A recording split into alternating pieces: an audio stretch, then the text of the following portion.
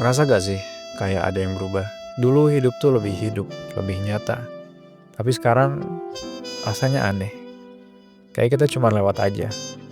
Hidup kayak sekedar ngabisin waktu. Buat gua titik baliknya itu waktu COVID. Itu ngerusak cara kita connect, cara kita mikir, bahkan cara kita ngabisin waktu. Dan pada saat itu yang kita punya cuma internet. Kita punya informasi segila itu di genggaman. Yang harusnya kita udah jadi jenius sekarang. Tapi kenyataannya otak malah capek. Kita tahu banyak hal, tapi gak benar-benar ngerti apa-apa. Apalagi sekarang ada AI. Informasi gampang banget dicari. Tapi justru informasi itu jadi remeh dan gak nempel. Otak kita jadi manja, terlalu bergantung.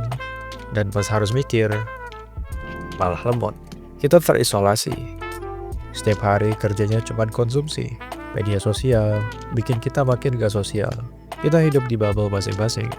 Nge-speedrun informasi sampai semuanya jadi gak berasa penting lagi.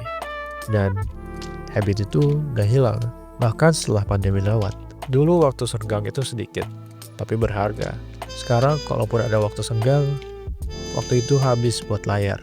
Dan passion yang dulu bikin kita hidup, sekarang kelihatan ngebosenin.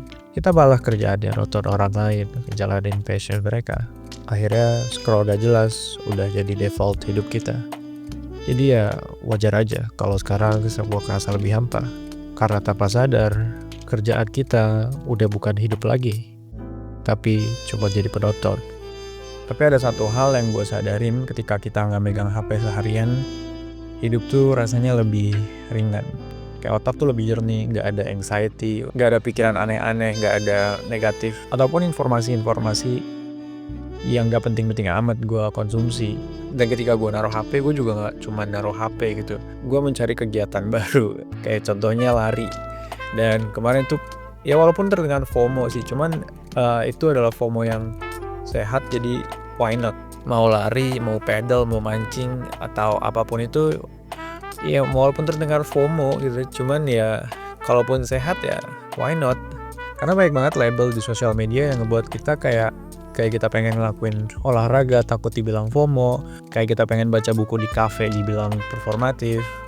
Dan karena kita aware banget sama internet dan kultur-kultur internetnya itu, kita jadi takut gitu untuk ngelakuin apapun karena kita takut di-labelin sebagai orangnya FOMO ataupun performatif.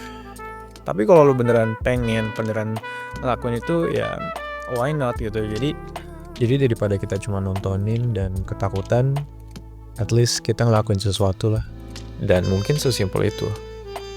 Untuk hidup yang lebih terasa, untuk hidup yang lebih hidup, kita menghabiskan hari dengan adanya tujuan. Sehingga kita pakai teknologi dengan niat dan ada tujuannya, bukan cuma sekedar kebiasaan kalau kita lagi bosen.